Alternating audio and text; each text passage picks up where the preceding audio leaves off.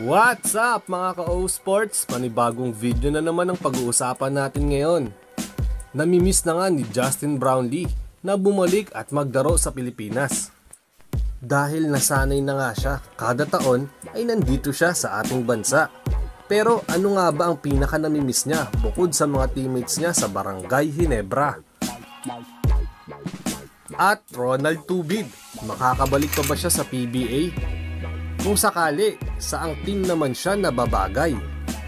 Pero bago natin pag-usapan yan mga ka-O Sports, huwag niyo kalimutan mag-subscribe sa channel na to kung bago pa lang kayo dito. Huwag na natin patagalin pa mga ka-O Sports, pag-usapan na natin yan! I gave you my heart.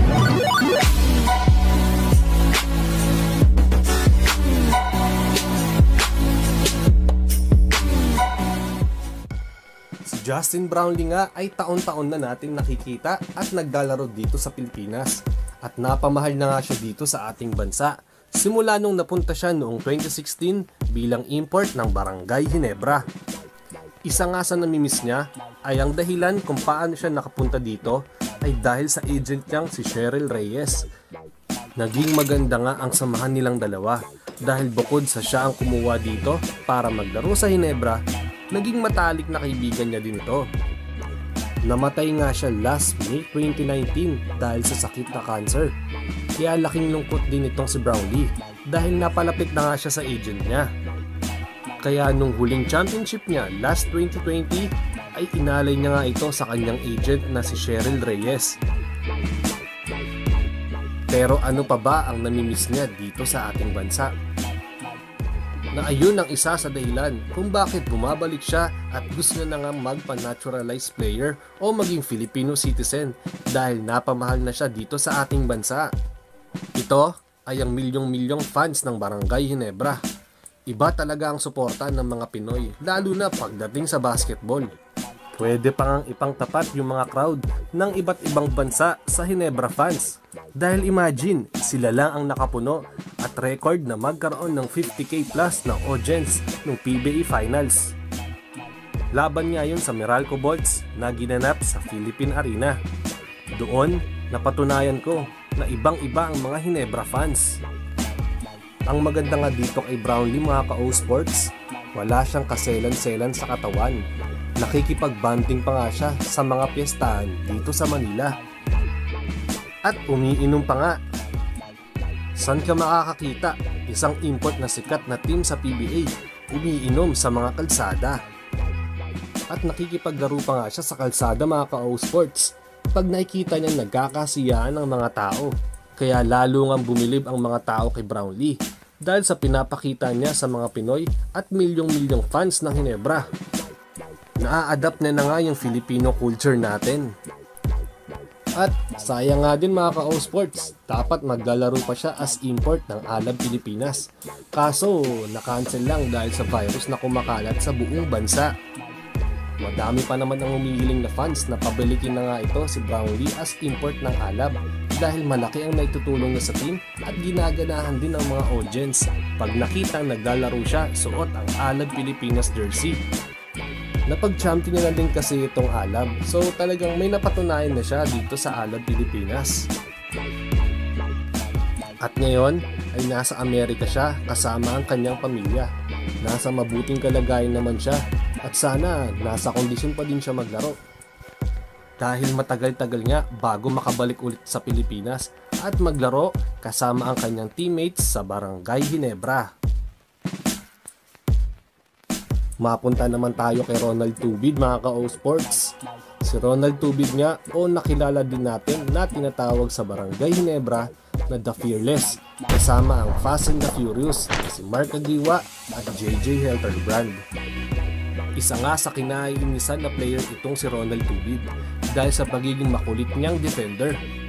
Isa nga itong si Kagiwa na naiinis dati kay Tubid nung magkalabang pa lang sila. Dahil mahigpit nga dumipensa at maiinis ka pag siya ang bumantay sa'yo.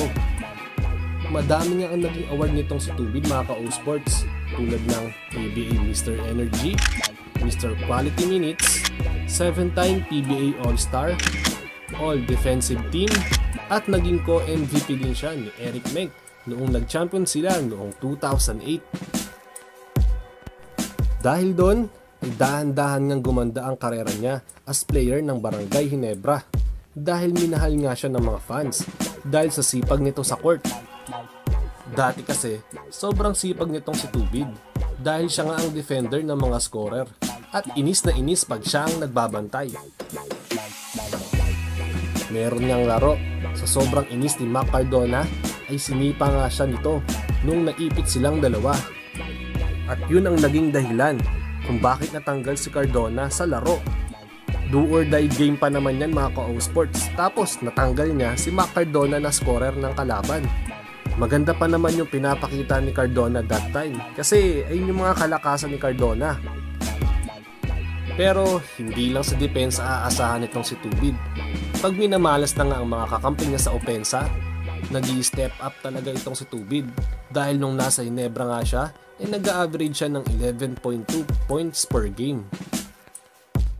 At nung dumating na nga yung time na na-trade siya sa Barako Bull, ay dahan-dahan na nawala nga ang pagiging hustle player niya nun. At nagpalipat-lipat na nga siya ng team. At pagdating ng 2013, ay bumalik nga siya sa SMC Company na Petron Blaze Booster. Doon siya nabigyan ulit ng playing time, pero hindi na ganun kasolid tulad nung nasa Ginebra pa siya. Pagdaan ng ilang taon ay nasangkot nga siya sa gulo kasama ni Arwin Santos sa import nilang si Dez Wells. Dahil sa gulo na nangyari, sinuspend siya ng management. Nag-decide na nga ang management na hindi na i-extend ang contract niya dahil expired na nga din to.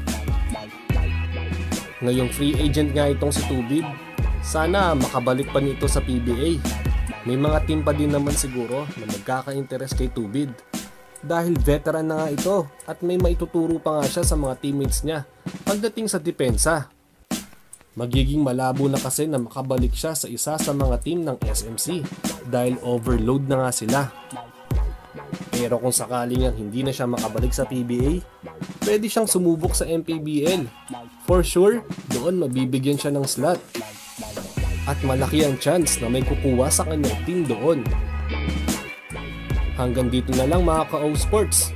Kung nagustuhan nyo itong video na to, i-like nyo na at mag-subscribe na kayo para updated kayo sa mga videos ko.